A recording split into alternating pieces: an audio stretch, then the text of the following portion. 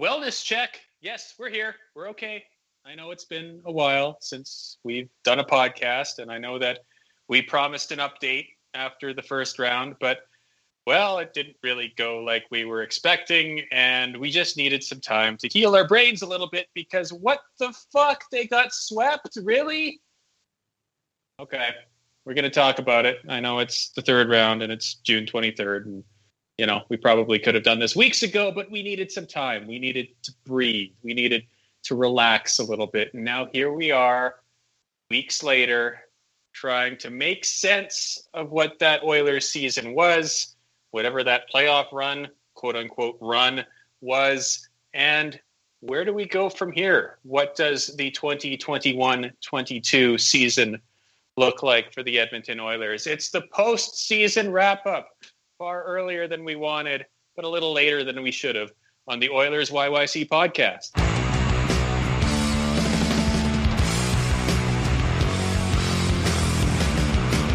Graham, Andrew. Yes. How we doing, boys? Moist. Yeah, it's cool. It's a little sticky. We're a little sticky, not gonna lie. Global warming is fun. That's a cool thing we're all doing. But hey, there's hockey and things. And wow, Jordan Eberle really proving us wrong by scoring those goals for the Islanders. Great. Yeah, the Islanders are still there. The Lightning are still there. The Vegas Golden Knights are still there. And somehow the Montreal Canadiens are still there and like 5 games away from winning a Stanley Cup, which I still haven't wrapped my head around a little bit. Do we want to talk about the Oilers? Talk about the Oilers and Jets and the 4 games that will live in infamy. Let's rip the Band-Aid off. Just get over with. Come on, give me that painful shot. Let's go. Pain. Existence is pain. What happened? Darkness, my old friend. What happened? I mean, that's the question that we're going to be scratching our heads over all summer. Graham, I'll start with you. What happened? Yeah, I know. I'm sure we're gonna get dunked on by some of our Calgary buds here, but it is honestly, I don't know how much you can read into what was tremendously horrible luck, like in every single game. And this is a thing that I feel like hockey writ large doesn't want to admit. Case A, the Montreal Canadiens now 1 win away from the Stanley Cup. 3 games in overtime, and in every single one of those games, the 5v5 expected goal differential was heavily tilted towards the Oilers. So a little bit of them getting goalied, a little bit of the Oilers. I don't know, what hockey cliches do you want to throw in there? Oh, they didn't want enough. They weren't truculent enough. It was a bunch of stupid bounces that happened to go against us every single goddamn time. Also, Dave Tippett is an interesting man to watch coach in the playoffs. Oh boy, does he have choices, but it's mostly luck because the NHL is random as fuck, and we don't want to admit it. Andrew, how about you? What's your sense of what happened in that sweep? I agree with everything you said, Graham. With the addendum of call a fucking penalty. Oh right, yeah, on that the too. Jets when they're fucking draping on McDavid. Holy fuck. Okay, I'm done with that. But seriously, like the whole, like it's not even just okay. So. I'm feeling like a sore fucking loser about it. Like 3 weeks later, it feels like 3 months later. But it's been a theme of this entire playoffs for basically every team except for a couple of the series in the first round out in like the East. The refs are garbo, and it's holding back some of the best players from achieving good things. And it's not just the refs deciding the games. Like, I'm not suggesting that much. But how the fuck does McDavid not draw the most number, or at least the top 3 number of penalties in a series where the Jets can't even hang on for dear life when he's on the ice, unless they're being ankle weights. Well, you see here, you see here, Andrew. The thing that all good hockey boys need to know is that you gotta want it, and they just didn't want it enough. Yeah, okay. Because How are you McDavid guys- doesn't fucking want it. How are you guys feeling after this? Because I mean, I was surprised by my reaction. You know, as a diehard Oilers fan, I was kind of okay with it. I kind of felt fine. It was just like, oh, well, that happened.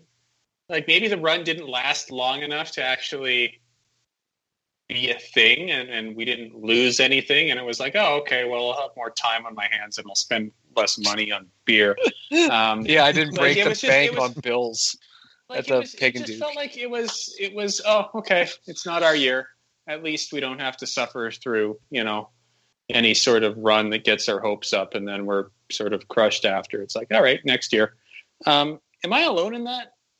No, man, I don't think you're far off. Because, like, look, when I think the moment that really of that series that was the absolute like slobber knocker kind of gut punch. It was either was it the Stasny goal in Game 2 in overtime, or was that Kyle Connor?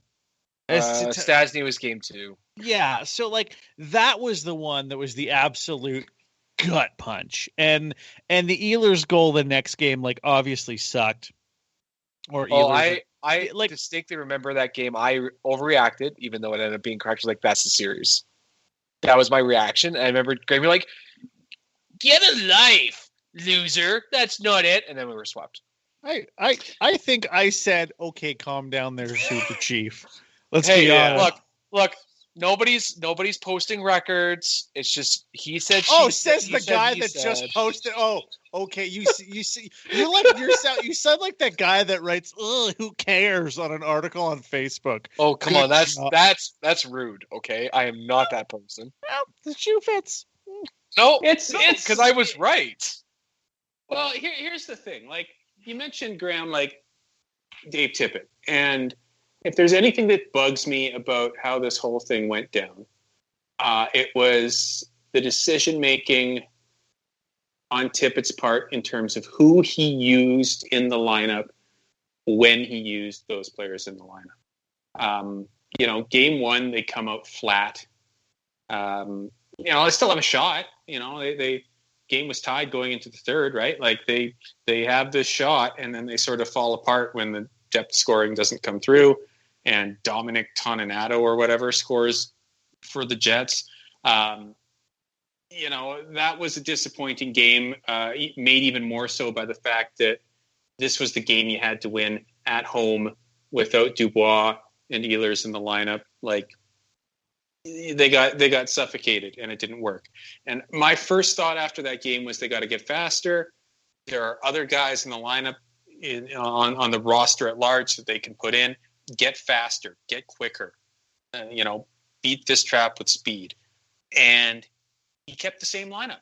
Game 2, absolutely the same lineup and same result.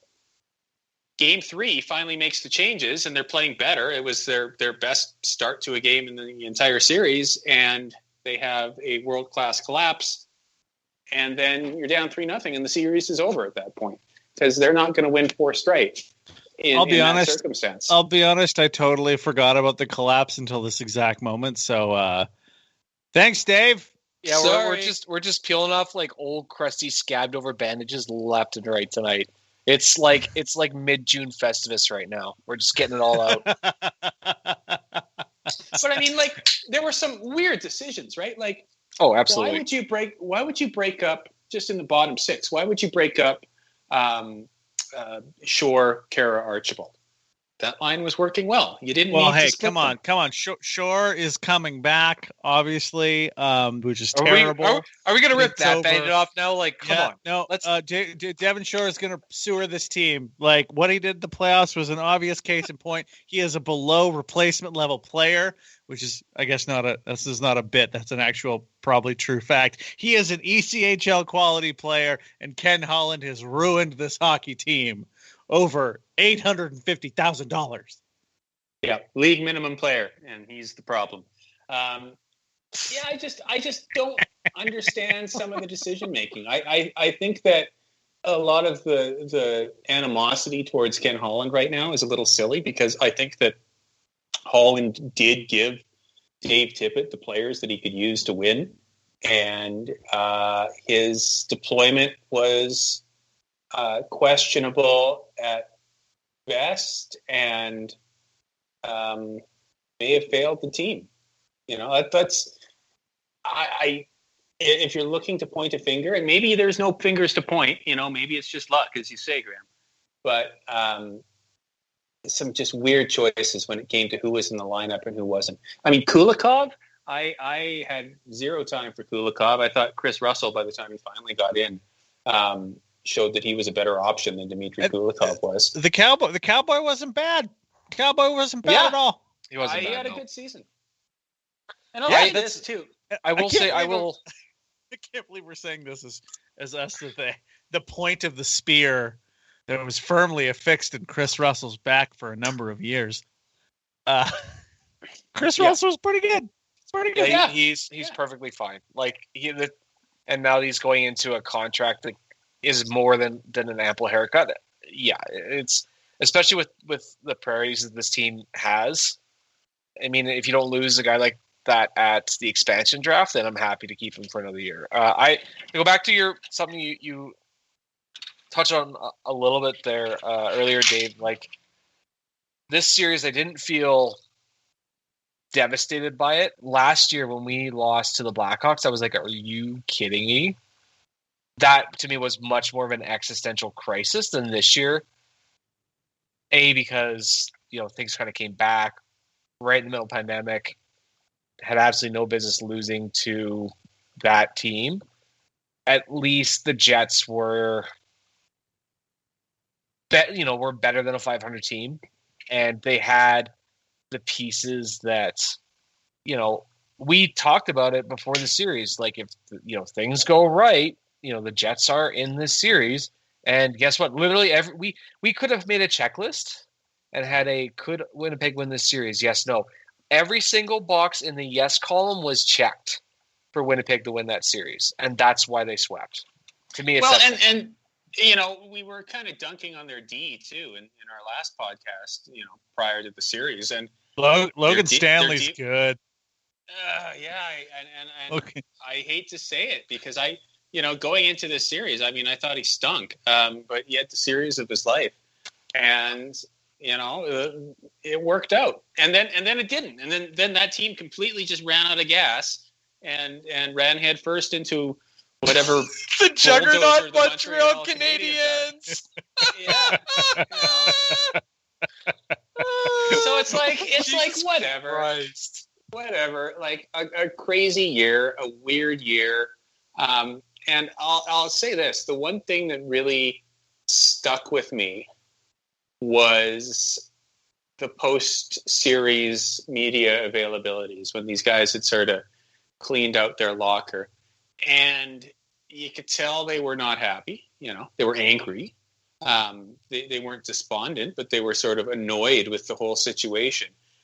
At the same time, I got this vibe just listening to all of these guys talking to the media for the last time before breaking for the summer.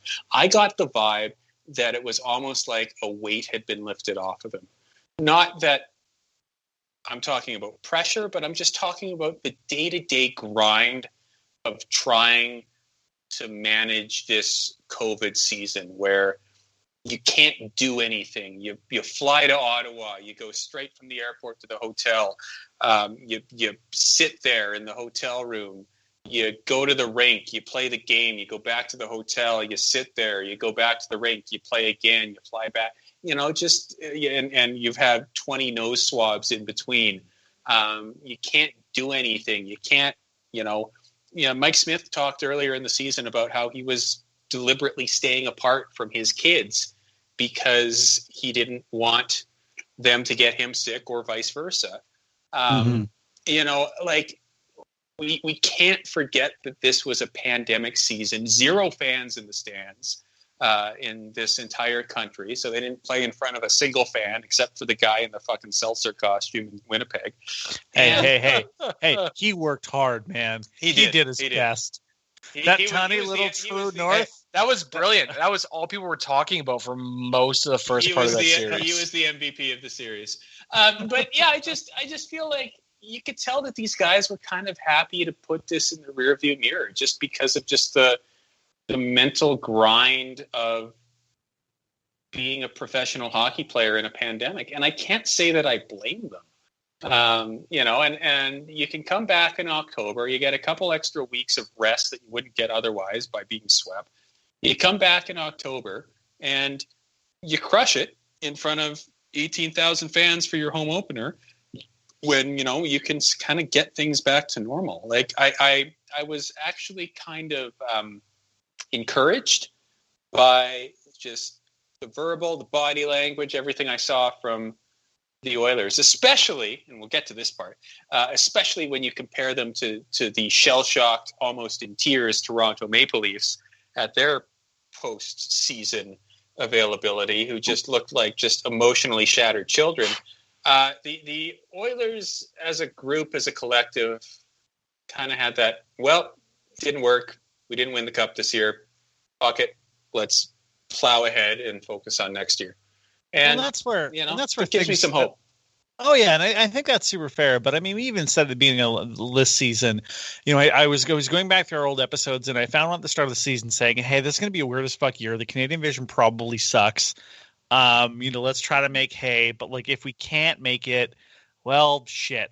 It's a stupid pandemic year. But like, hey, next season you got $24 million in cap space."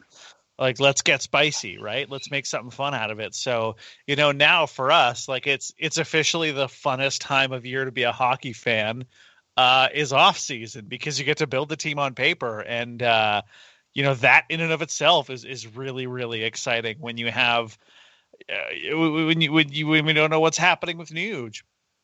When Larson, it's all possibility, zero disappointment until like October 12th. 100%. And we'll see. I have come to the self-realization that I don't think Ryan Nugent-Hopkins should come back as an Edmonton Oiler, which is a weird one to settle, and that Adam Larson is our most important free agent to sign at the moment. Okay, so, I've been coming around to that too. Yeah, sorry, Dave. Let me push you on that. Why? What are you seeing out of Nugent-Hopkins that says it's time to move on? So John Leschyshyn did a really great write-up just today on The Athletic, going into the Oilers' kind of big three free agents of Tyson Barrie, Nuge, and Adam Larson. And when you kind of look at it, the numbers for Nuge, when Nuge is at his best, he's good for about 2 expected wins a season as a player, which is a real good number. It's a real good number to have that as your kind of calling point. And those players tend to be worth between like $6 and $7.5 million in this kind of flattened world. So you look at Ryan Nugent-Hopkins, who is, I think you can argue, the last couple of years been a subpar 5-on-5 player and an exceptional power play forward. Now, how much of that power play forwards have really been on the back of playing with two of the most offensively talented centers in hockey? Well, you can argue that either way, but Ryan Nugent-Hopkins being a very good defensive player, being a average to above average, offensive player at the number that Rick Vallette and his camp seem to be kind of targeting at that 6.5 plus sort of number. I love Nuge. I think Nuge is great. At 28 years old, I see an Andrew Ladd. Oh, do I see an Andrew Ladd? And what happens when the game starts to move fast? Because Nuge isn't the best skater in the world. He's a little bit undersized. His hands are good and he's really smart. But is he able? And is he going to be able to be as effective as he has been as he hits that kind of declining point after 30? That's where my concern comes in. I don't think Nuge is a bad player. I think Nuge is really good. maybe not necessarily first overall good, but who cares? You can argue about that till the cows come home. But when you have teams like Seattle, when you have potentially, a team like the New York Rangers, depending on what they want to do with Micah Zibanejad, hell, even the Arizona Coyotes, there's a lot of other teams that I think may be willing to pay the premium for Ryan Nugent-Hopkins' kind of big skill set.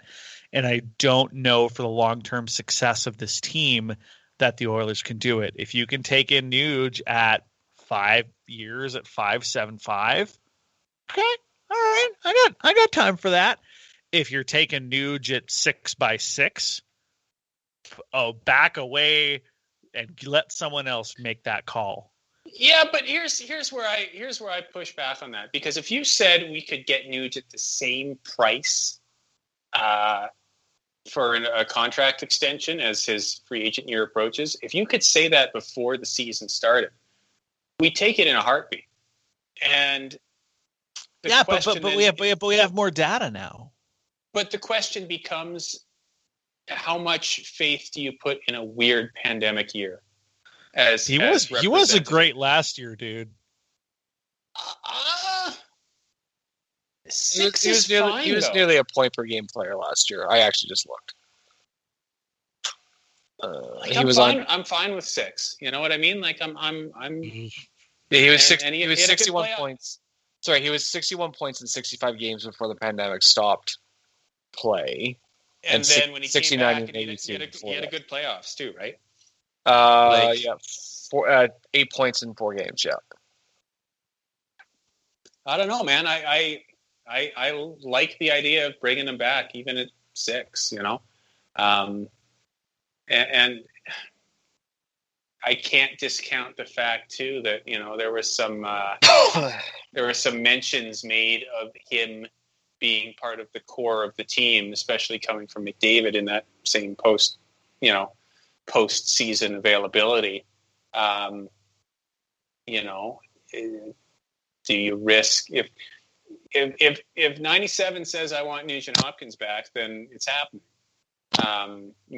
Regardless of the cost, right? Well, and then the mandate has to be on Ken Holland to either go to Connor and be like, hey, if you want this guy back, you got to talk his number down. This is why. And, this is the trouble when the Oilers don't have an advanced analytics department as some other teams do. Man, you love to bring Nuge back.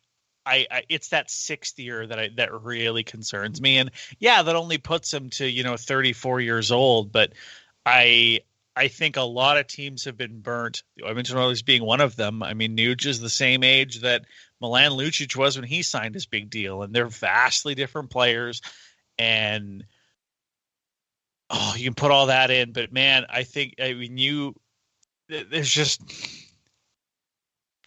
6.5. Would you do $6.5 million for Nuge? Really? 6.5? Because that's apparently the ask right now. Here's the thing: is he taking an extra $1 million a year on a long-term contract to get exponentially farther from a Stanley Cup? Like that's like, if this is all about the money for Ryan Nugent-Hopkins, then yeah, go play on an expansion team. Go, waste your career in Arizona. Fine. I just don't know if that guy wants to do that. I might be wrong. The other thing too is that, we had talked about the possibility of them holding off on free agent deals in order to kind of juice the numbers for the expansion draft. And, if there's a handshake agreement or if they're closer than they're leaking to the Elliot Friedmans of the world. If they were holding off on a deal, it would look and sound exactly like this. So I don't know what to think until we're clear of the expansion draft. And if it's 2 weeks after that draft and we're still having this conversation, then we've got a problem. But I mean, it's hard for me to really gauge the situation sort of make something out of the fact that he hasn't signed a deal yet until we get past that expansion draft point. That's you know a fair what I mean? point. Like, Yeah. That's fair. Here's- That's fair. I just want to. Here's the reason why, and I'm, in a vacuum, I'm all for bringing Nugent Hopkins back on the right deal. So I just want to preface that before I get to this point. The reason why I think it's extremely viable to walk away from Nugent Hopkins is because the Oilers are in a unique position where they have their core locked up and a significant amount of dollars available in a flat cap year. So if the Oilers were ever going to be successful in whale hunting, and if Holland was really confident that, and I'm not trying to read his mind, but if he was super confident in his ability to attract some substantive, trades or free agent signings, then the Nugent Hopkins signing is like plan B. And, you risk losing out entirely, but if the management team is bullish on the idea that they could pry, a Dougie Hamilton in free agency and an impact winger on the free market, then you walk away from Nuge and you don't feel bad about it. Now, if you don't think that, then like Nugent Hopkins seems like an easy bet because you know what you're going to get with him. Yeah. And I think this last year was an aberration for him statistically, and you're going to get 3 to 5 years of still really good Nugent Hopkins. You're right. I think the 6th year might be a bit of a pain, but hopefully at that point the cap has gone up and perhaps gone up fairly substantially at year 4, 5, or 6. That whatever you sign him for in that 6th year won't kill you. So I really think that the team might consider walking away from him because this is the one time that this team not only has cap room, but has a core locked up that you can go to free agents or, guys that are looking for trades and be like, hey, come here. We have the cap space. We can pay you and field a competitive team. So that's why, to me, it's been kind of in my head like, I absolutely could see Nugent Hopkins not being part of the solution. And they might only come back with one of those 3 kind of major pieces between Larson, Nugent Hopkins, and Barrie. And if they do, Larson seems like the safe bet because you need a veteran defenseman like that. He brings a skill set that almost nobody else on the team has. And in that same article that you read, Graham, right, for a guy that is so one-dimensionally defensive, he does not cost you games. And Dom's model does definitely overvalue offense with respect to defensive players. And so if even in his model that a guy like Larson is not going to cost you games, that seems like a safe bet at a reasonable cap hit for 3 to 5 years. To me, that seems like an easy contract to lock up, and then you go out and you find either a Dougie Hamilton or some forward help. Yeah, a 4x4.5 on Adam Larson, I think is eminently reasonable, which is just astonishing to say out loud because he was run out of town 2.5 years ago. Yeah, you really like Chris Russell and I were like, yeah, we like Chris Russell. Last year I was like, fuck Chris Russell. Like it's all the money with Chris Russell, right? And it's too bad Adam Larson. Yeah, and sure, it's look, and this has been the MO for the Oilers ever since they signed Horkoff to that big deal coming out of 2006. Yeah. Players are fairly or unfairly judged by the zeros in their bank account and not what they actually do on the ice. And someone like Sean Horkoff got, I think, a real raw ride from Oilers fans. Here's a question because he was making too much money. Here's a question: do you guys, with the since I have Cap Friendly up and I've been staring at it now for like 10 minutes, does Oscar Klefbom come back next year? I think he's done. I really, unless he has some sort of magic miracle surgery, it's just you read between the lines of everything that's been said and written about Oscar Klefbom, and it really feels like he is mentally preparing or already there for a life after hockey. And well, so that means $4.2 million rounding of extra cap space, either through LTIR or retirement recapture. and a giant veteran hole in defense. And to me, that screams Dougie Hamilton. And if you had to pick between Dougie Hamilton and Ryan Nugent-Hopkins, I think you pick Dougie. I think you pick Dougie Hamilton 10 times out of 10. Dougie Hamilton's not fucking coming here. I wish it was. He's true. not, but God, it'd be good. I thought this was about optimism, guys. Look, I'm just trying to be optimistic here, okay? I thought that was the point. We ripped the Band-Aids off. Now it's all sunshine, rainbows, and glowy buttholes, okay? Yeah, Dougie Hamilton's going to be an Edmonton Oiler. Yeah, I mean, at that point, honestly, like Dougie Hamilton would be thrilled to stay in the most anonymous place. The Calgary thing did not work well for him. But we have the Royal Alex Museum. I was just gonna say, I drive by it to go to my dumb radio job. That's not dumb. I love that job. I shouldn't say that part. Edit. I drive by that museum every day to go to work, and it's awesome. It's so cool. I'd go hang out with Dougie there. I mean, mostly hang out in his shadow because it's so goddamn hot. But you know. But I mean, here's a question. I mean, if you're big game hunting for Dougie Hamilton, if that's the plan, why not just go get Tyson Barrie again? Yeah, are they that different?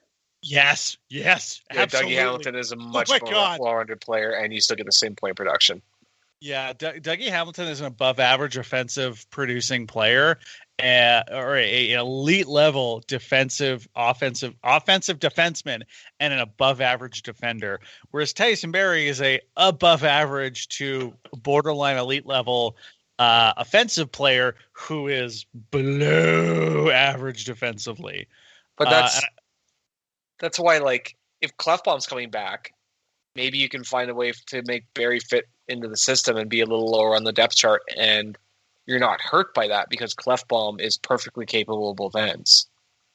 But like, Dougie Hamilton is just heads and shoulders above what Barrie brings. The Clefbaum thing is tough because like the one quote that really stands out to me, and I think about this every time his name comes up, is I want to be able to pick up my kids.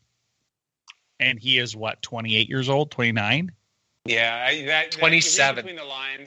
Read between the lines of everything, and it just feels like, and you have to have the desire too. You have to want to do it. It has to be fun. Yeah, I could see him popping up in like the SHL if he's healthy enough. But I think he's done in the NHL.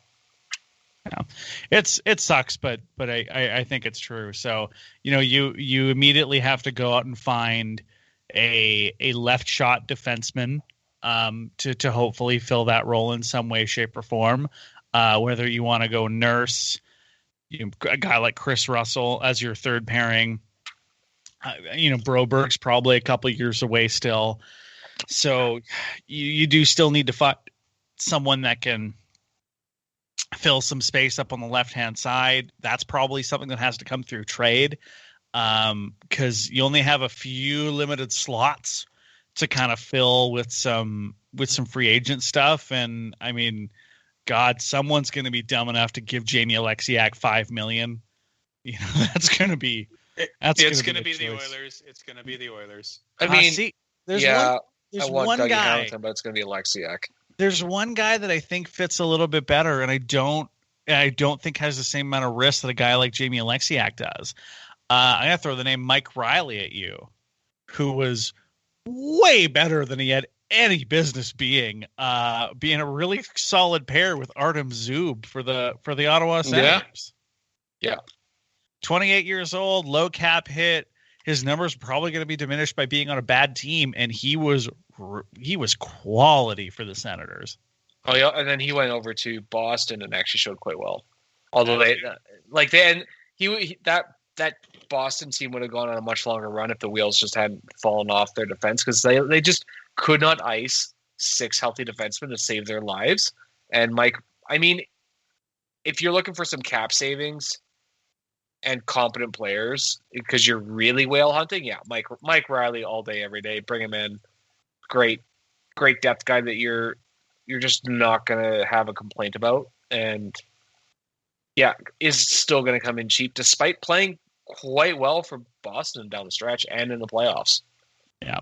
I you know what? Honestly, if you ask me, I think you're the guy that you're writing into the lineup in ink next year is William Lagesson. I think he had a great year, and he's a big physical defensive defenseman who, I would be comfortable putting in the lineup as an everyday defenseman. I think you got a hard time. You got a hard time arguing about a shutdown pairing, because Larson and Kulikov were supposed to be that. Kulikov was a bit of an adventure at times in his own zone. So I think if you want to pencil in, Adam Larson and Willie Lagesson as a pair, I think I got a hard time arguing that. I got a really hard time arguing that, because Caleb Jones kind of looking like he's Seattle bait at this point. So, well, I mean, if I'm Seattle, I'm taking Lagesson. If they're smart, yes. I think you take Lagesson. I think he's the best. Or Skinner. I mean, I do wonder if we lose Skinner. I've seen that come up a couple times. I think Skinner gets protected. I think Skinner gets protected. Skinner's interesting because, like, when we were going into the season and we didn't have Mike Smith, and we're like, oh my God, Koski needs to take a break. And we saw Skinner, was like, oh God, Skinner's the answer. And he didn't have, like, an amazing game, but something definitely, like, flipped the switch in him. It's like, oh, I can do this. And he went back to Bakersfield and lit it up like a Christmas tree. He was incredible. I mean, again, it does have to be said, a bit of a diminished AHL scoring league with so many players in the taxi squad. But given what Stuart Skinner's produced and the lack of goaltending prospects outside of Ilya Konovalov, I don't know. What are you going to protect Mikko? Really? Okay. Like protect someone a team might actually want. All right, so yeah, we're gonna talk goaltenders now. We're gonna touch that third rail. I see where we're going with that. So goaltending. It needs to be better. I mean, and I say that Smith was great. I just don't know that you have Mike Smith as your 1A for an 82 game season in playoffs. Oh boy. I would bring him back as the 1B. I don't know that he wants that though. So, like, what do you do? Do you survive one more year with Koskinen and say smell you later? I don't know. I don't know if this team can go deep in the playoffs with Smith and Koskinen again. I really don't. Wow, that's a hot take. I am roasting with the heat of that take. I think that's because the air conditioner broke, Graham. I'm very sweaty. You keep Smith around as a good hand, solid backup, cheap contract. I mean, I'm assuming you can get him cheaply if he wants to stick around. And you make him fight for ice time with someone new, Yeah. I think that's got to be the play. Yep. I mean, I agree. Like last week we had a great conversation. Like, man, we should just fucking record this. Like Rask, I think you brought up Dave, and Drieger out of Florida. Is he a one-off, or could he be something if he's pushed? I think you got to do something though. But I mean, the $1 million, the $4.5 million question is, what the fuck do you do with Koskinen then? I mean, you buy him out, right? Yeah, that one screams buyout city to me. It's only $1.5 million over 2 years for a buyout from him, and we have several... and then you have 1 year of getting of losing, I think, 300 or 400,000.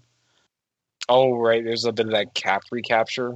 Yeah, the James Neal one's a little worse because if you buy him out this season, you save, in effect, almost $4 million this season, next season, the season after that, and then you have 2 seasons of about $400,000, and the ever-present mocking of Flames fans. So, if you want to deal with that, do with that as you will. But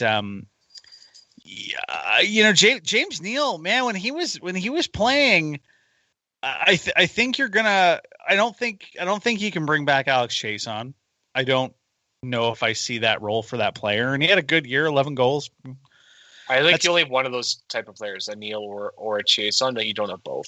Yeah, exactly. And so might as well hang on to James Neal, who has shown and had in spurts last year, even after he lost whatever it was, 15 pounds after having COVID, he had some really good, like all serviceable moments last year. Yeah, and that's the other thing is going back to, what do you take as gospel as far as where a player is, and what do you chalk up to this weird COVID season? I mean, we know that James Neal was sick.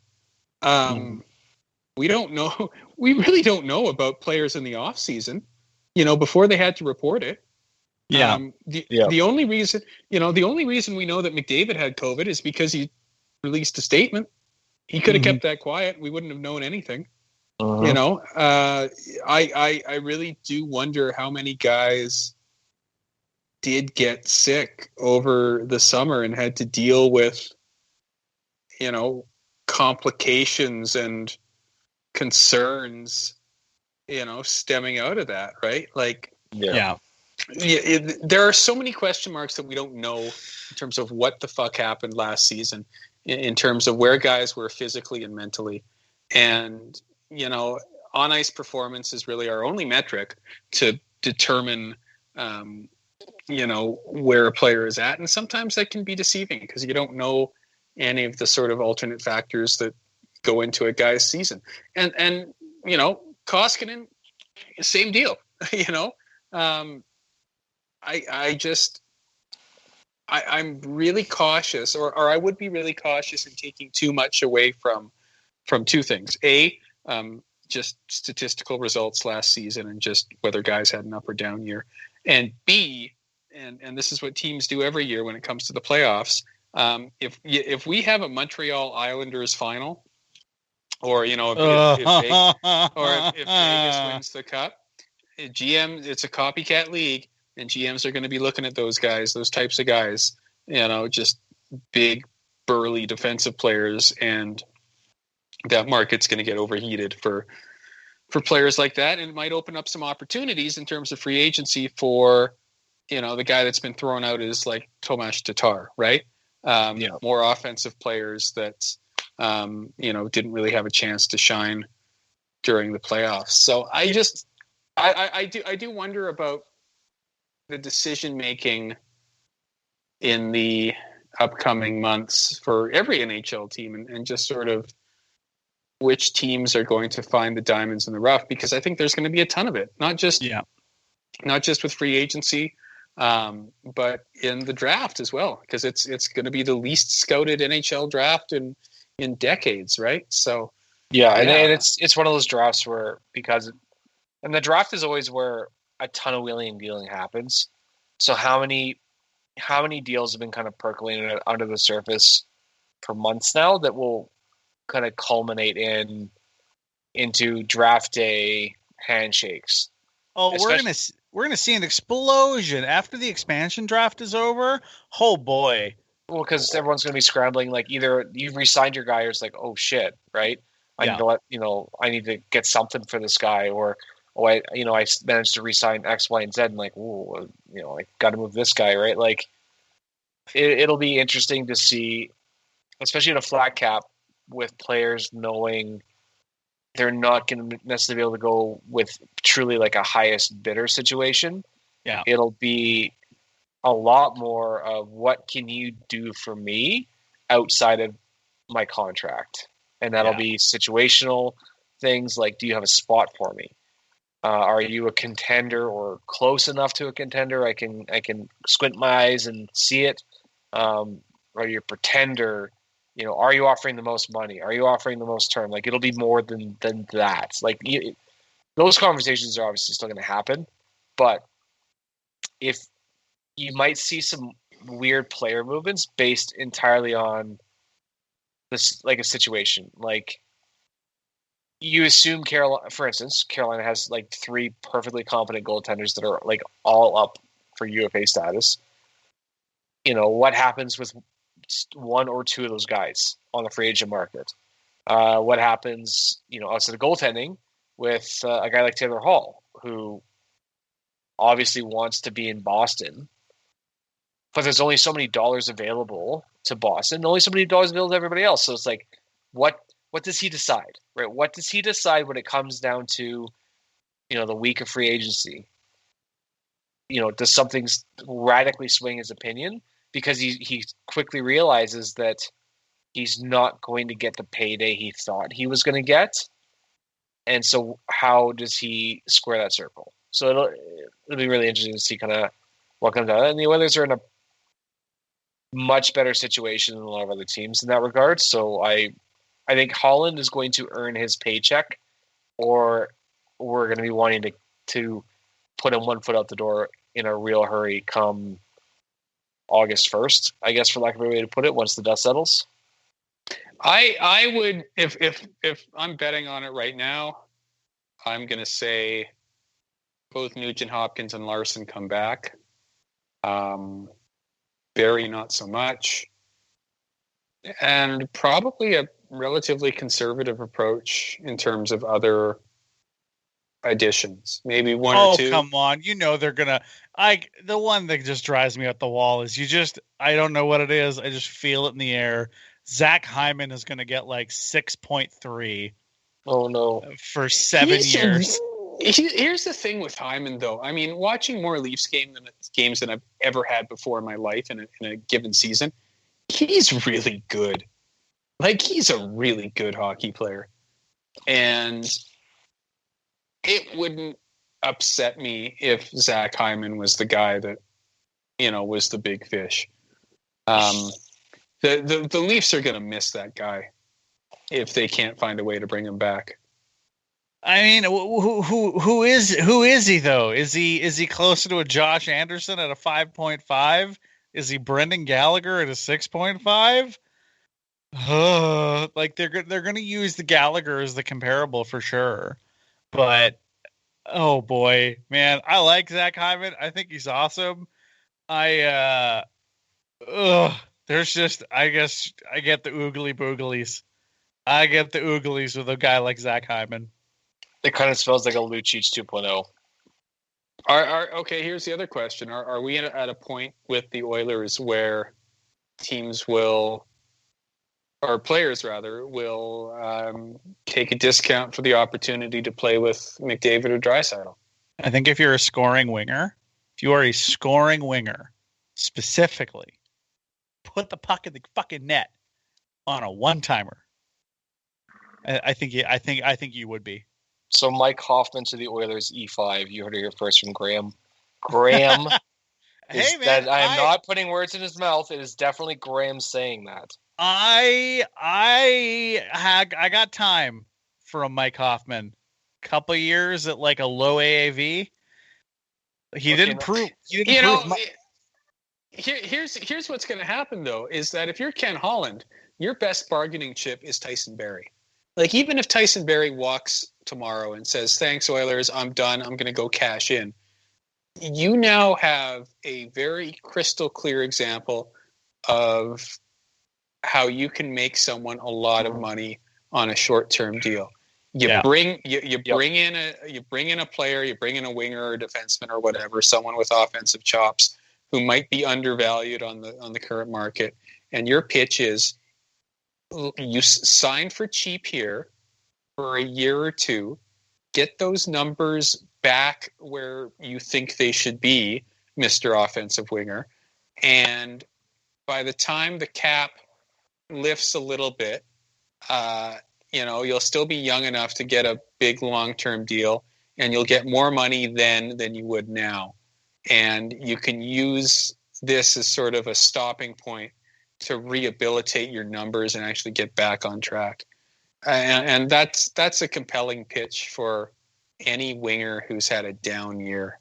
Well, the best thing that can happen is that Tyson Barrie signs like a 5x5 with I don't know, pick a team who needs a good. I mean, look, the Flames, the Calgary Flames. They're going to need a replacement for Mark Giordano. 5x5, no movement clause to the Calgary Flames. E3, right there. You heard it here first, everybody. Wait, are you doing the Eklund thing? No, it's the Edmonton thing. Because E for Edmonton, wink. That's No one's listening this far in anyways. Shut up, Graham. It's true. fuck off. Fuck off. Okay, so no. Okay, here. Okay, since we're on it, okay. We touched on it a little bit in our group chat, and I'm going to bring it up. Reclamation project, prolific scorer, needs a fucking break. Patrick Laine, Oh boy. because he doesn't want to stay in Columbus. That'd be fucking funny. That'd be really funny. Patrick Laine is so overwhelmingly useless as a defensive player that I think the secret's kind of out. I think Patrick Laine is, honest to God, you know what the comp is right now in my mind for Laine? And I know he had his massive season early on in his career, but he's given me real hard fucking Yakupov vibes right now. Maybe true, but I mean, the Oilers clearly can fix broken things. Okay, I mean, though. Does Patrick Laine not have more career goals than Nail Yakupov had points? I think he already has more points than Nail Yakupov. Yeah. I mean... No. Just more career goals. Exclusively goals. I mean, probably. I'm not going to go look it up right now. I'm sweating that right now, but I'm going to guess yes. You know what, man? I'd have time. I have time for Patrick Laine. I really do. I know it could be a complete 10 goals in 45 games as a Blue Who is he playing with? Max Domi? Guy can't even see over Patrick Laine's hair fluff. Never mind passing the puck. So, but what are you going to do? Are you going to saddle McDavid with a guy who can't play defense and is allergic to his own end? We have the roadmap, okay? You quietly loan Patrick Laine to the SHL. You let him sit there for a year, and then you smuggle him back over in 2023, and you're good. You're good. It's great. It's done. Problem solved, guys. You know what though? Like, the thing that I think ultimately makes Patrick Laine a really tough prospect to move, and as a person that'll probably end up being, an RFA walkout. I think it's that qualifying offer, because I think the qualifying offer at the moment is about $7.5-8 million. So yeah. that's a tough one, right? And Yeah. Plus you have Columbus who let loose their prize, took a swing sort of player, Pierre-Luc Dubois, who's been pretty rough. I mean, that trade doesn't really look good for anyone right now. Let's be honest.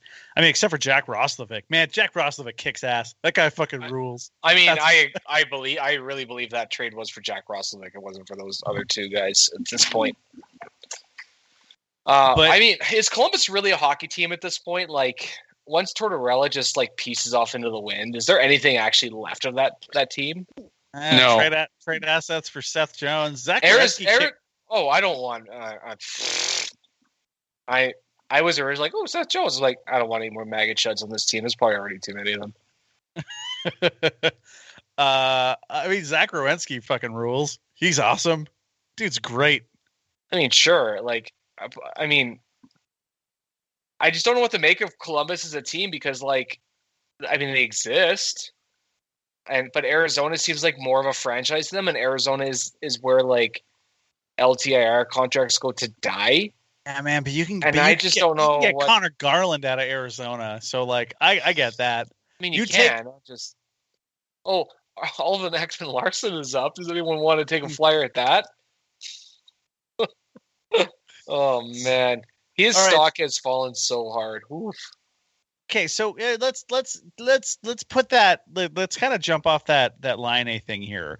So if you have a semi-realistic trade or idea to throw out, because I think Patrick Laine that'd be awesome. Leave Puljujarvi with Connor. That rules. They work together. Just let him go, and then give Laine to Draisaitl, because Draisaitl was pretty good defensively this year. So you take Laine, just be like, look, you're going to play with the best passer that the Oilers have had since Wayne Gretzky. Just shoot the fucking puck. Just shoot the puck. Yeah. All you have to do. Just skate a couple of strides forward and shoot the fucking puck. Good talk. But what's a move that you would like to see? Like, aside from, kind of that's realistic, because obviously, Ovechkin 10 million on a 1 year would rule, but well. Yeah, that's interesting. You're thinking either free agent signings or trades or. Yeah, is there one player you would really like to target? Because I have one player in mind, and I know he's a player a lot of teams are super after, but I am endlessly fascinated on what an offer sheet to Sam Reinhart could look like. Endlessly fascinated. That's an interesting one. Do you even need to offer sheet him at this point? Like, how quickly is that team trying to blow itself up? Well, in what way? I mean, why would you? Do you want to trade for Sam Reinhart and then have to give up your tangible player assets, or when in theory, A, this draft is really weird, and B, the Oilers will probably hopefully be drafting pretty low in the first round next time. Who's to say that the assets you give up aren't instead just draft picks if you can sign them to an offer sheet? Because what is Buffalo? You offer him a 1 year, pretty good money offer sheet. Because Buffalo's not going to sign that. Great, you just walked him to free agency. Cool, and give it a shot. Because the big NHL fear in this stupid league is always, we don't want to upset the boat. Don't want to get anyone mad. No one gives a shit about getting Kevin Adams upset at you. He's Kevin from business administration. No one cares. That is still my favorite thing, is that Kevin Adams from business administration is running a hockey team. I'm trying to think of just players that I think would work in bad situations that we'd be able to kind of jump on. Yeah, UFA is way easier to say. UFA is way easier. I mean, the guys in UFA that I think make sense for the Oilers are Raquel. I think Raquel has been forgotten about on a bad team, and I think that give him top 6 minutes in Edmonton. You got to trade for him, though. No, he's UFA. Rickard Raquel. I thought Raquel was up next season. I could be wrong. Look it up. No, you're right. You're right. Yes. Yeah. Next year. But that's a perfectly reasonable trade bait type player. Jaden Schwartz. I wouldn't be upset. I got some time for Jaden Schwartz. He's a little undersized, so you got to move Yamamoto down. But dude can score. He's a feisty player. Gets hurt a lot, which is a bit worrisome. But yeah. I'm scrolling through, and the Jake DeBrusk thing. Whatever. I know that. Yeah, I know that comes up a lot, and it's just the nepotism kind of bugs people. But he would not be a bad fit as a top 6 guy. It's just his skating speed I worry about. That's the one thing I really worry about with Jake DeBrusk, because he scored 30 in his rookie season or draft +1. His second year, yeah. And then he's been super meh ever since. So, he's a classic change of scenery guy. You just can't pay a high price for him. So I think that's like a decent option. The one player that's really interesting to me, and he's been so up and down, is Brandon Saad. Has had an absolutely fascinating NHL career for someone who's only 28 years old. Yeah. From all that early success with Chicago to being traded for Artemi Panarin, or traded back for Artemi Panarin, and then sent off somewhere else, and eventually going to Columbus. Columbus, and then popping over to Colorado. Brandon Saad is a really interesting player to me. I don't know how good you can count on him as a scoring winger. He's got some scoring bona fides, but he's not like that slam dunk scorer. If there's one forward that if there's any chance he shakes loose, from Colorado, because Colorado is going to have to basically pick either Philip Grubauer or Gabe Landeskog. Yeah, and I suspect it's Landeskog, right? I mean, well, at least they have no goaltending right now. That's the problem. I mean, I think reasonable.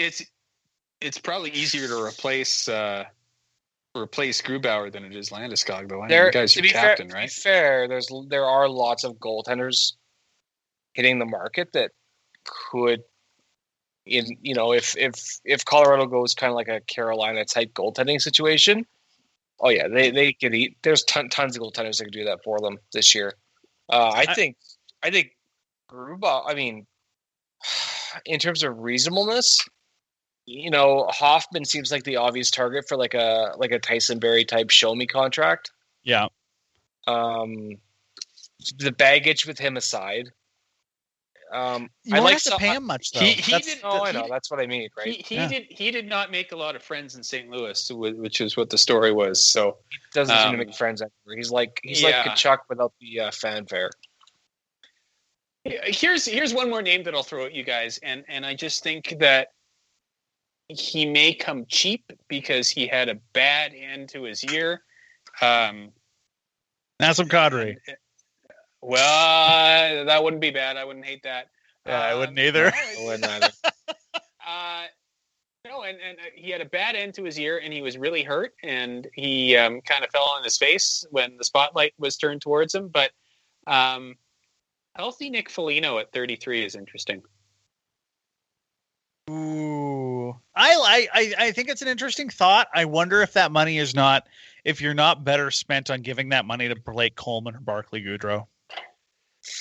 Yeah, I just wonder how much money he cost himself. You know what I mean? Like how cheap does that contract go for Nick Foligno? He's another guy that might be a show me contract after the way he'll just go back to Columbus and be like, all right, Patrick, here's what I learned playing for Canada's team. Yeah, okay. Like anyone's going to go back to Columbus. Cool story, bro. He loved Columbus. Yeah, and Laine said he was really happy at the opportunity to play under Tortorella. Like, give it a break. No, man, I would not be shocked at all if Nick Foligno went back to Columbus. Not shocked at all. Yeah, somewhere comfortable. I mean, I wonder if Grubauer is the white whale for the Oilers this year, but not in. I was wondering about that too, because of how many goaltenders are on the market. I don't know that that's unreasonable to say that he's like target A, because how many people are going to look at, Carolina didn't make it past a couple of rounds, but how they, deployed 3 goaltenders based on analytics, and they're looking in their pockets like, well, we don't have a Carey Price, so we're going to do that. And they're going to overthink it, right? And then you have like Grubauer, is a number 1 starter, and if you have Grubauer and like Mike Smith as your 1A, 1B, are you that upset about it? At spending what about Freddie and Mike Smith is your 1A, 1B? I worry about some of Freddie's mechanics, not gonna lie. I have time for Anderson if there's just not, if you read the tea leaves and you don't think you're going to get a Grubauer, and you think, okay, maybe that buys you time until Skinner or somebody in the system is ready. I guess Corey Schneider's available. Yeah, okay. Now here's actually, if you want white whale targets, Linus Ullmark. I'm not kidding. Linus Ullmark fucking rules. The memes. Hey, Kachev is signed too. We could bring in Ullmark and Kachev, and we could recreate Ullmark, the Buffalo goalie. We still have. I thought you were talking about Linus Ullmark. No, but that makes a lot of sense, man. I'd buy that jersey. Fuck yeah, I would. Put it right next to my Ilya Brizgalov. The memes would be incredible. The guy who I would love to offer sheet, if you can, and I think you can. I'm just, again, cap friendly. What does an offer sheet to Shesterkin look like? Ooh. I mean, New York matches that, don't they? I don't know. How much cap space do they have right now? How much cap space are they going to have right now? Let's see. A lot. They've got a ton. Yeah. I mean, I guess it depends on how much they think. Because Georgiev doesn't suck either. He's fine. I know. Georgiev's not bad. I wonder if you threaten it and then you trade for Georgiev instead. I would love that. That would be a really clever move.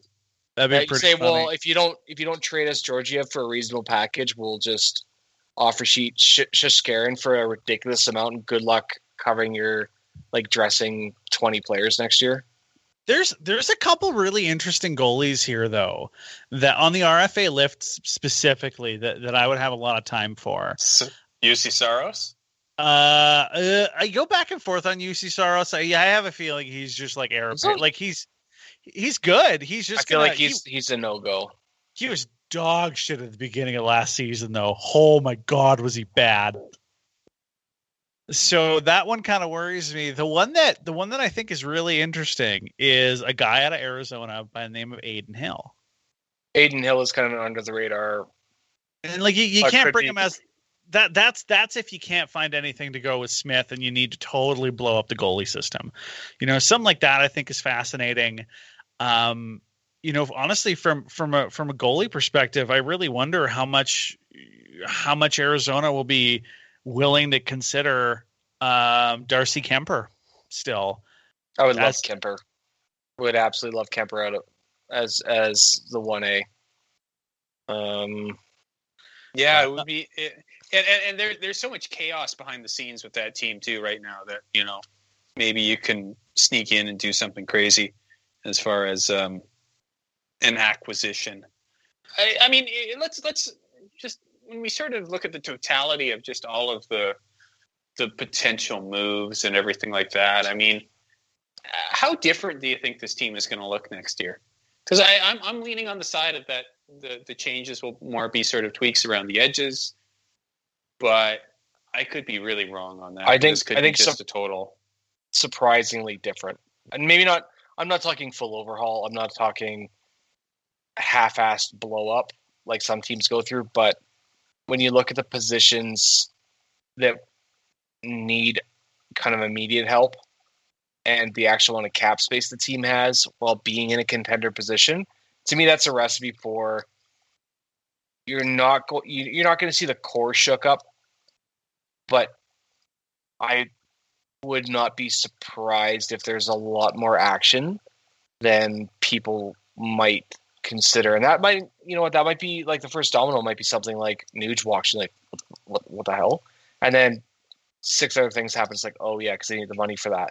Yeah. And I'm not saying that's what's going to happen, but I'm saying a guy like Nuge, to me, signals that's the conservative play, and that's more of we're just going to tweak around the edges, maybe focus on one position. If you have Nuge walk, to me, that says that you're focusing on fairly substantive changes, and that don't come into like wholesale change level, but substantive in a way that maybe you could say, oh, Holland might actually be taking the next 3 years seriously to be a real contender. Because, I mean, do we want to talk about the Pacific Division next year and how, barring changes to it, the Oilers are going to be a top 2 team in that division?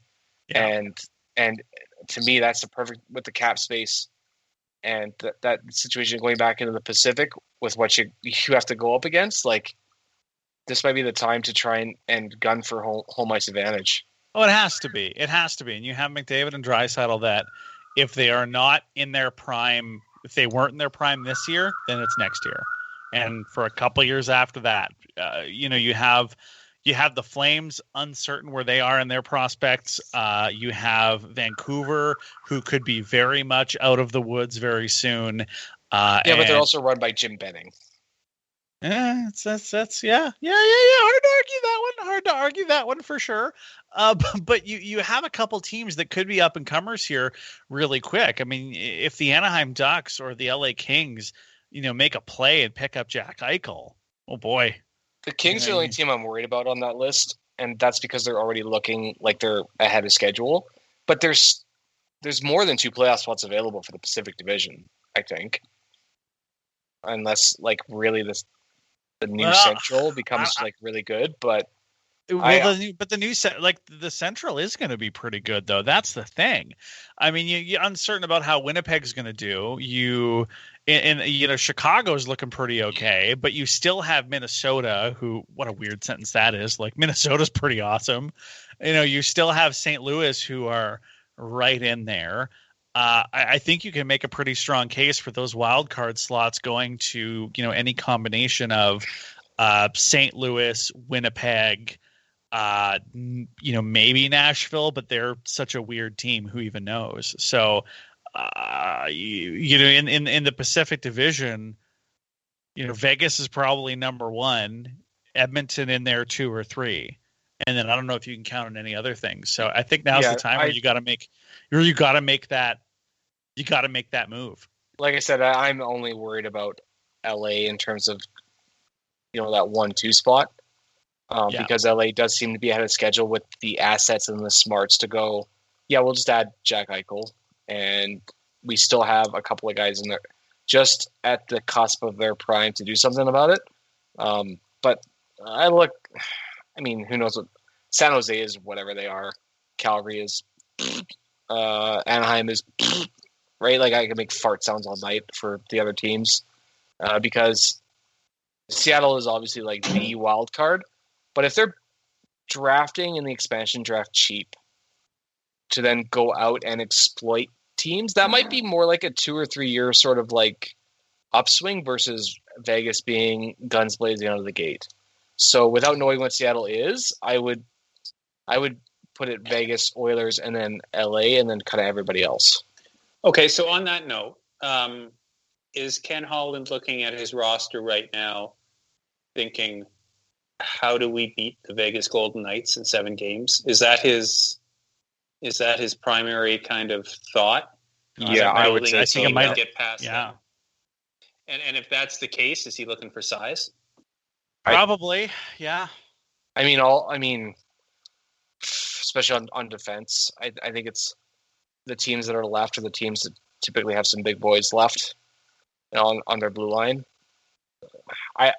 I don't want the age of the Coke cans to come back, but I think Edmonton is looking at Vegas and being like, okay, how do we beat them? Because so I'm just looking at the Central as it stands, right? And it's not that they're like Colorado is the obvious favorite in that division. Minnesota was great this year, but I'm looking at the rest of the Central teams, and I'm not scared of any of them. That doesn't mean they're good. And I guess my thought with Vegas is that that barring something insane happening, you're going to have to get past Vegas in order to win. Yeah. We have a sense of who the final boss is in that division.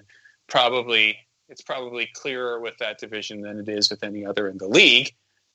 So, are you thinking specifically, and you're watching them too. You're watching them play right now, and yes, they're down in the series against Montreal, but you're looking at the type of play that got them there, the size of those guys in the back end, the depth, especially in nets, and the scoring depth up front. Are you just sort of building a team to mirror that type of play and beat it? And if so, who's coming in to fill those roles? I think that starts at goaltending. Because the teams that are left all have either pretty strong or incredibly strong goaltending. And not that Smith was bad, but Hellebuck almost single-handedly won a couple of games in our series. Price has absolutely carried the Canadians on his back as much as it's a team game. He's their number 1 defender. And they've somehow gone back in time to like 5 years ago and taken that Carey Price and brought him to 2021. And Vegas, speaking of dark horse goaltenders available, has 2 very skilled goaltenders, right? That it's coming down to, is Price better than both of those guys, right? I think it starts, if you want to beat Vegas, I think it starts, you got to find a goaltender, and then you work your way out with whatever else that you think it takes to beat them. I think size is important, but the more I've been digesting the last couple of rounds, it's like, you need a goaltender. Like, you really do. You just need a goaltender. And we did, Mike Smith aside, we didn't have that. And that was a huge difference maker. And that's been a huge difference maker for almost every team that's left. Well, it's not Vasilevsky because he just let one in overtime. So we get a game 7. We get a game 7 there. No! Wow, I didn't even know that. An Islanders Habs final, this league is going to turn into even worse than a dead puck garbage than it is. It's going to be 1996. The Devils just won and was like, we need Coke cans. Oh. What voice is that? That was me imagining Darian Hatcher as the GM of the Dallas Stars circa 1997. That's very good. Also like Yoda? Her Scooby-Doo villain. I don't have a lot of respect for Darian Hatcher. I think that was very obvious. Let me throw a couple things at you before we wrap things up. We kind of touched on it briefly. Is Seattle going to be any good? What was that voice? I think Seattle will be better only because they're in the division that has some absolute dog shit teams at the bottom. But I don't think Seattle will be any good until year 3. Graham, Seattle? Good or suck? I'm trying so hard not to do a fucking Yoda voice. Yeah, they'll be fine. They'll be fine. Like, they're gonna make some really weird trade, and they're gonna draft someone huge from some team, and then they're gonna trade that person to Pittsburgh for Jake Gensel, and then Jake Gensel's gonna be awesome and point up 40 goals inexplicably. So. Yeah, I think they'll be fine. I mean, you have cap space. You have all the cap space in the world, and it's they'll make something fun. We'll see how fun it'll be when Rick Tockett's the head coach, but they'll compete for a playoff spot. Okay, we talked about refereeing earlier in the pod. Here's another sort of rapid fire one. Is this more of the same kind of deal when it comes to people always complaining about refereeing at this point in the year, and it'll blow over and we'll get back to normal? Or has the refereeing got to the point where you can consider this an actual crisis that the NHL is going to do something about? I would like to think this is a flashpoint where there's some actual change in how the game's reffed. But this is the NHL, where it doesn't matter if the pot's boiling. They're just going to be continuing to watch the evening news and pretend like it's not about to spill onto the dog that's wondering what's going on. Yeah, Stephen Walcom works for the general managers, and he works the National Hockey League. If this is the way the games are being called, it's because the NHL wants them called that way. If there's a one thing that Gary Bettman and Bill Daly want to do, and that is they're never going to admit a failure or a mistake, and having a symposium on the differences in officiating year over year. I can't see it. It's as bad as I've ever seen it, though. I mean, Corey Perry. That's kind of how I feel, And let me give you two. I think you guys are right in terms of this league is just glacially slow to fix glaring issues.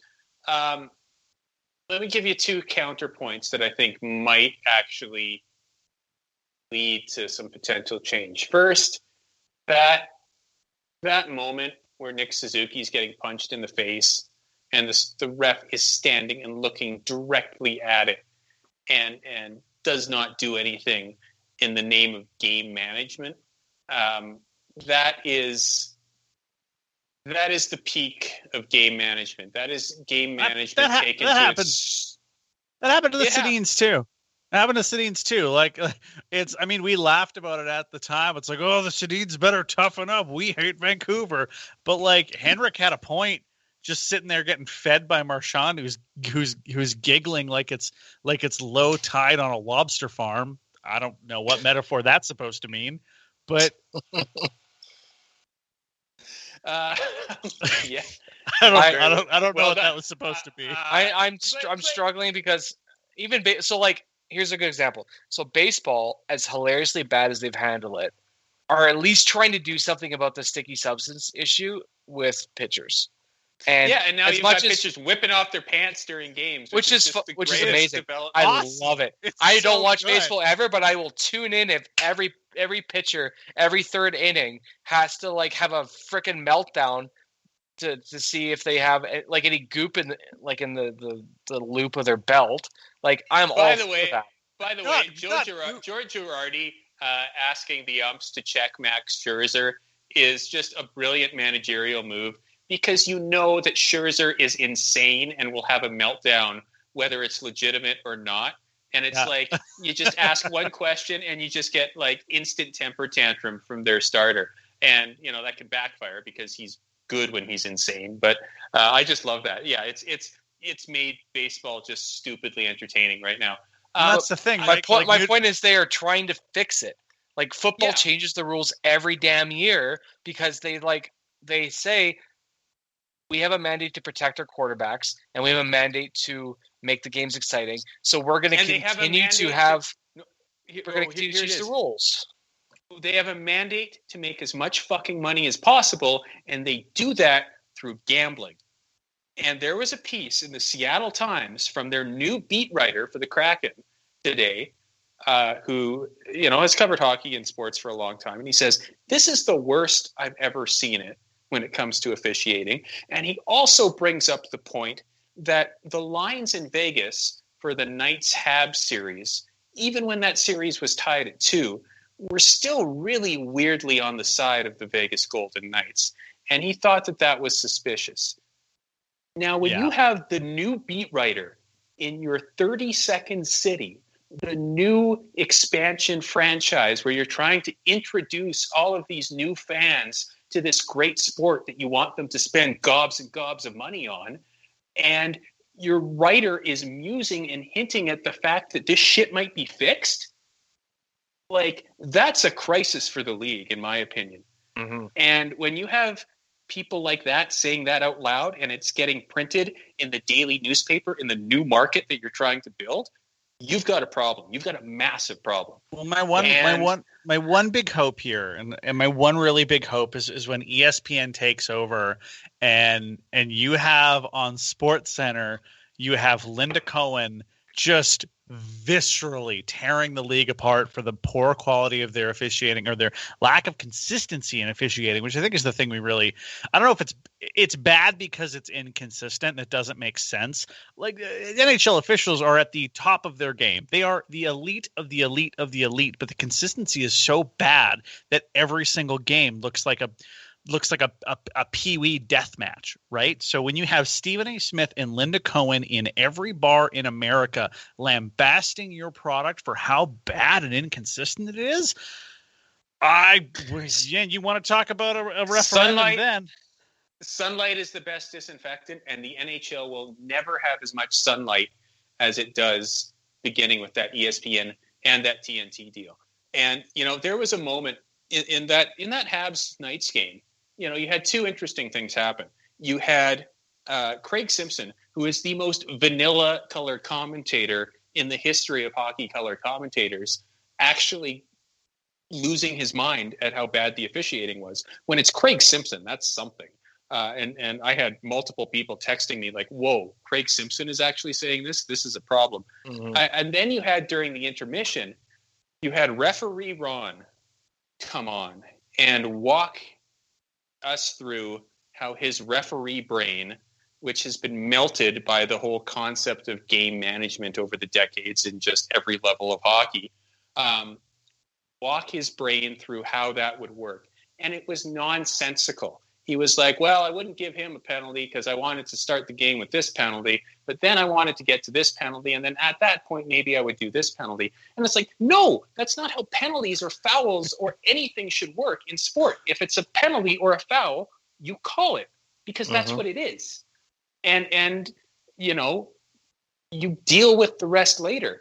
But Ron's just frazzled, fucking insane explanation of how hockey refereeing works was inadvertently telling, right? It exposed the just fractured logic that hockey officiating and hockey fans have had to deal with this for years. And he just said the quiet part out loud when he wasn't intending to. And as years go by and it gets worse and worse, it just looks more and more stupid. Yeah. It's this year has, in my opinion, and it's not just like McDavid is a microcosm for it, but it's not just McDavid. I would come on though. Don't lie. It does feel kind of good to see the rest of the league just losing their collective. And like I've had a good number of Canucks buds, just rip on me for being like, I don't like, this is a joke what they're not calling on. They're like, you're just crying. You're just got your orange colored glasses on. And it's like, no, fuck off. Look at all of this and it's garbage. It's not just McDavid. It's all terrible. Yeah, because they started off strong in a couple of the series where they would call 3 or 4 penalties, kind of aside in some of the scrappier games. And they weren't necessarily, the penalties weren't necessarily balanced. It was clear one team was like screwing up more than the other, and they got punished for it. And then that magically evaporated once the second round started. And then and look at the teams that are left standing. It's a couple of really skillful teams that just managed to power their way through, and it's 2 teams that literally smother you with a pillow because they just assume they're not going to get a penalty the entire time. This is what the league is. Canadiens Islanders is the Stanley Cup final that this league deserves. And when the Conn Smythe voters make it a 3-way tie between each member of the quote identity line, this will be the sort of the low point for the NHL. Oh, fuck. That's sad, but really funny. And you would think it's like a bad SNL, like SCTV bit, but it's the reality. This playoffs is the culmination of everything that's been happening for years before McDavid even. It's been getting worse and worse and worse and worse as like the star players, right? The star players had basically what happened is the star players kind of had their fun for a couple of years with the Blackhawks and the Penguins, and then eventually the Capitals got theirs. And now it's like, all right, fun's over. We're going back to this boring, crappy 2003 Anaheim square plank shoulder pads hockey where you're like, why is this team shutting the other team out? They have no business being in this game. And that's what you say for 12 games. Like, why is this team in the Stanley Cup Finals? Then you look across and it's like, why is that team in the Stanley Cup Finals? What is happening? Are we in the bad place? Help! And that's basically this playoffs in a nutshell right now. Like I'm only still paying attention because of the Montreal aspect, because that's fun and weird and insane to have a Canadian team that no one expected to go that far. So, go Habs, I guess. But in terms of like entertainment level right now, in terms of all of the sports that you could be watching on a regular basis, it's not like hockey has the sports world to itself right now. I mean, hockey is like 5th or 6th on the list right now in terms of what's an entertaining sports product. I mean, the NBA playoffs are crazy fun. They always are. Even if you don't have LeBron and Steph, you have, Trae Young and Giannis, and like it's new stars, and the NBA knows how to market their stars, and it's fun to watch. So the NBA is better right now. Euros are better right now. Olympics are going to be better right now, or going forward, I guess. Baseball is getting stupid, which is fun. Like an NHL game right now, watching playoff hockey is kind of a slog because the games just start to drag, and it was always the thing that people in the sort of broadcast media industry would always ask about would be like, why do NHL ratings just dip and drop as you get farther into the playoffs? Like, shouldn't it be the opposite? Like, as the stakes are raised, shouldn't viewership, kind of rise concurrently with that as the games mean more? It's marketed as a regional league, and it'll be a regional league until they get their shit figured out. And honestly, yes, ESPN's a big part of that. That's always been the thing. But I do kind of wonder, like, maybe it's partly because the hockey gets worse and we don't realize it. We sort of mythologize the idea of playoff hockey and guys taking pucks to the teeth, and it's like, oh, these are warriors out here. But, maybe the hockey itself just isn't as fun, and people kind of turn away from it because of that, Yeah, I don't remember that 2006 San Jose series being that fun, to be honest. I really don't. Really don't. But here, as we kind of wrap this one off, Dave, can I jump in with a thing? Yeah. I want to jump in with a thing because I know on this pod I tend to be the person that cares about sports costumes the most. God damn it, do I love me a good sports costume. The Oilers going, as reported by Tom Gazzola, with the Navy thirds as their primary home jersey next year, with the oranges just sprinkled around in for fun, and then going back to either the royal blues or a modernized royal blue the season after next. Thoughts, feelings, emotions? Right, Colin. I love the royal blue, and if it's kind of in the same if it's in the same stratosphere as, like, I know it's not royal blue, in the same stratosphere as what the Condors have, then it's going to look pretty crisp. But that's not royal blue. That's navy, and that's fucking awesome. I'm just assuming that they're going to actually change their mind. I'm not. Yeah. I want them to change their mind and go with that jersey. I think that the orange has had its time and place, and it's probably due to disappear for a little bit and become more of a third jersey. It was an experiment that I don't know if it really worked that well. I don't know, man. I really like. I own both of them. That first playoff year, I think if the Oilers hadn't have shit the bed and had been to playoffs a couple years after that with orange primaries, I think that would have owned. That would have been so much fun. Mm-hmm. Yeah, the first crack at the orange jersey where they was sort of like a darker, kind of more reddish orange, I don't think those jerseys worked. I don't think they looked good in person, and I don't think they really looked good on TV either. And the neon orange was sort of an attempt to correct that, but it just sort of looked Halloween-y.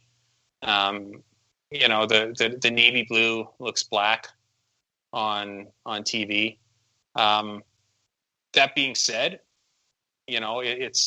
it's a sharper, cleaner look with navy blue as sort of the base color with the orange trim.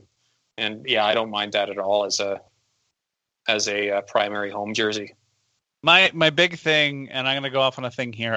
My biggest hope upon hope is that they don't just go back to the same color, the same royal blue, the same design, the same thing of the Gretzky era jerseys. That is my only hope, that they don't go back to those.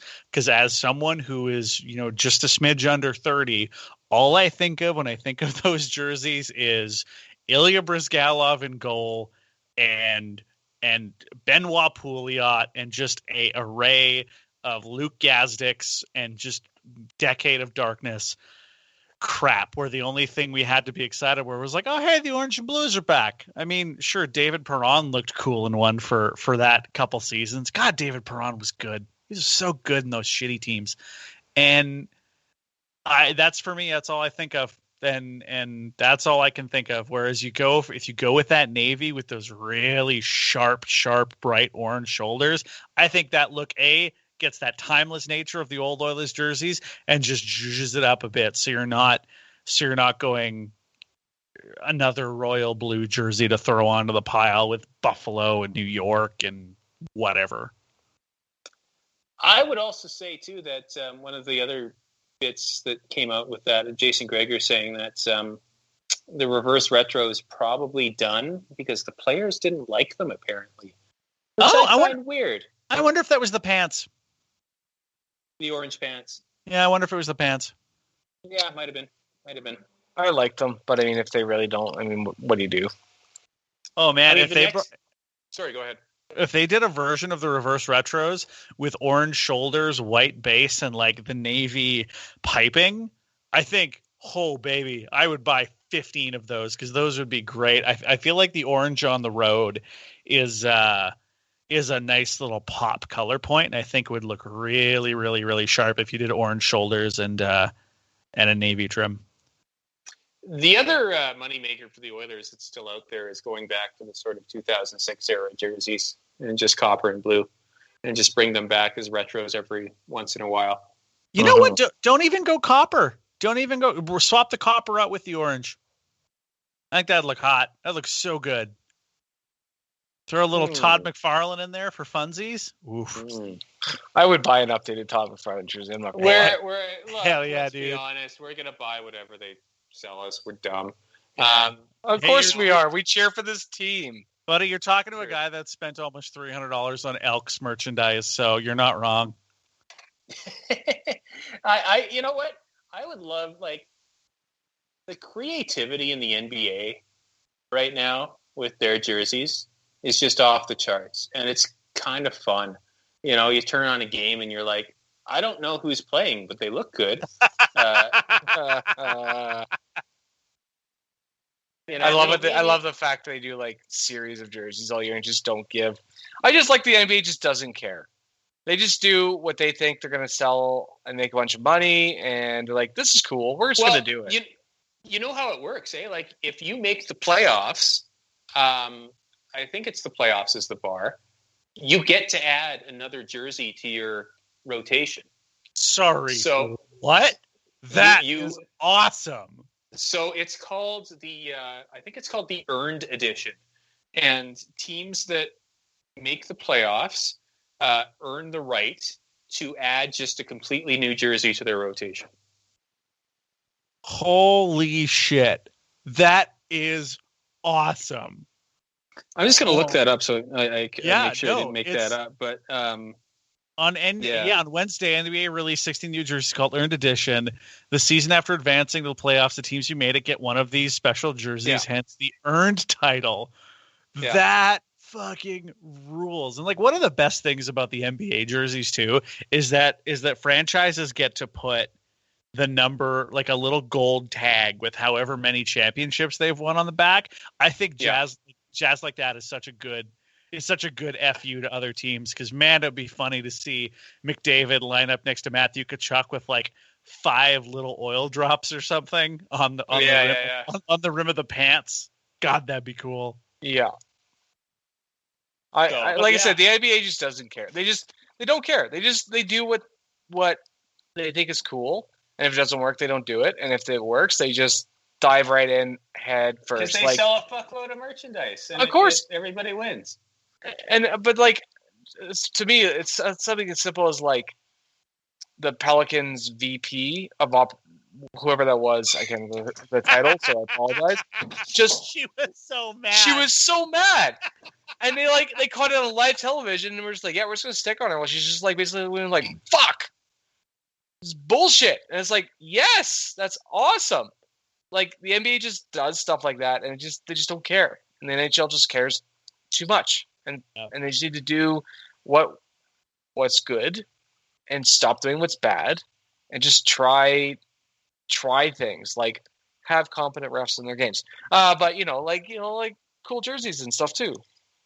Well, I'm so glad that after 2 hours of discussion, we've fixed the NHL. Do more good things. We did it, boys. Fewer bad things. We did it we did it, and none of us have pants on. This is great. I really hope the NHL has the check in the mail. That's an episode title right there. Do more good things.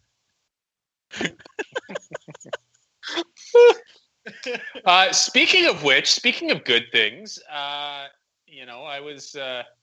was evacuated from our building this afternoon because of a fire alarm and a trembling dog. So went for a walk up the street to the old Pig and Duke, and they are doing a robust business right now. And once we hit July 1st, everything will be sort of back to whatever type of normal we can expect post-pandemic. And there may be an opportunity for an in-person podcast that we haven't done in a very long time in the near future. So maybe post-expansion draft, we can pre-free agency, we can gather for some spicy waters and have a good old-fashioned in-person. I guess not everybody is in person because of the distance involved. But before, well, buddy, I'll drive home for that. For that. Good. We'll hold you to it. Before we all scatter to different parts of the continent here, Andrew, hey, that's not yet. Relax. I know. We should get a couple in at in person. So I guess if we want to tease for next time, that's probably what we can look forward to on the old Oilers YYC podcast. Yeah, by the time we get the courage up to do this again, we'll need some courage juice. So it'll be in person. Courage juice. I'm gonna get so many farts from spicy water. My dog needed some courage juice as the fucking fire alarm was going off, and I had to carry her out the door and into the stairwell. Oh my God. Yeah, because she's a perfect, sweet girl who deserves everything that she gets. Don't you tarnish Zoe like that. Oh, I know. I just feel like if I'm in danger, I think I need to figure out a plan B, because I don't know if I can rely on my heroic pup to save me. So. Oh, no, you're dead as fuck. I know.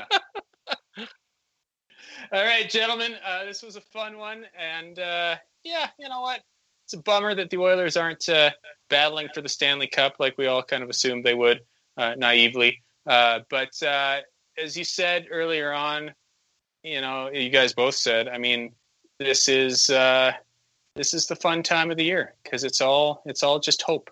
It's all just magical plans and fairy dust sprinkled on the Cap Friendly page. And we'll see what happens as the expansion draft rolls around, free agency rolls around.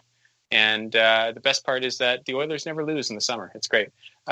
So before we go, I'm gonna give Graham a small amount of redemption here, because I absolutely bamboozled him a couple months ago when he was like, "Andrew, do you have anything to say?" I was like, "Nope, not at all." So yeah, that was really funny. I remember that. It was great. I was so mad. It was amazing. That's why I did. I was like, "It's gonna be great. He's gonna be so mad about this.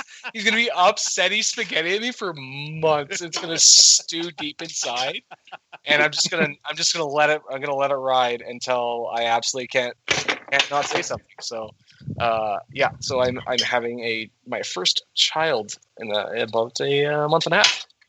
So it's exciting. Congratulations. Yeah, I figured since we're past Father's Day that this is an appropriate time to say it to the 5 people that have made it this far, including Manny when he has to listen through to make sure there aren't any sound issues. So yeah, there you go, Graham. There's your bit of redemption, and you can feel better about it and sleep a little better at night about it. I mean, we'll see how well you sleep when you lose your baby in that massive beard of yours. Right. Well, I mean, I had to shave it because of the mask thing, but well. When it grows back. Yeah, that's not taking very long at this rate. Man, that's what a wet fart of a joke to end the pod on. Holy shit. Let's just let this one die off into the sunset. No one's listening, guys. It's just moist as my lower back right now from sitting in this chair. Yeah, okay.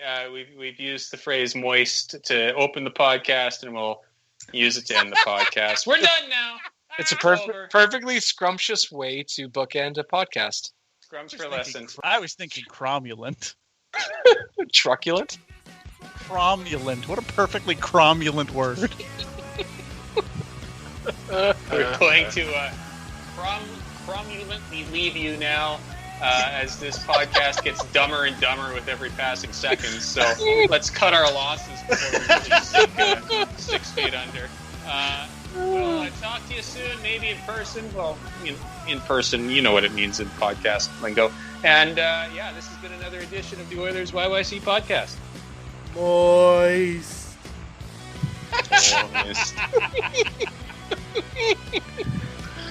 That was dumb. I liked it.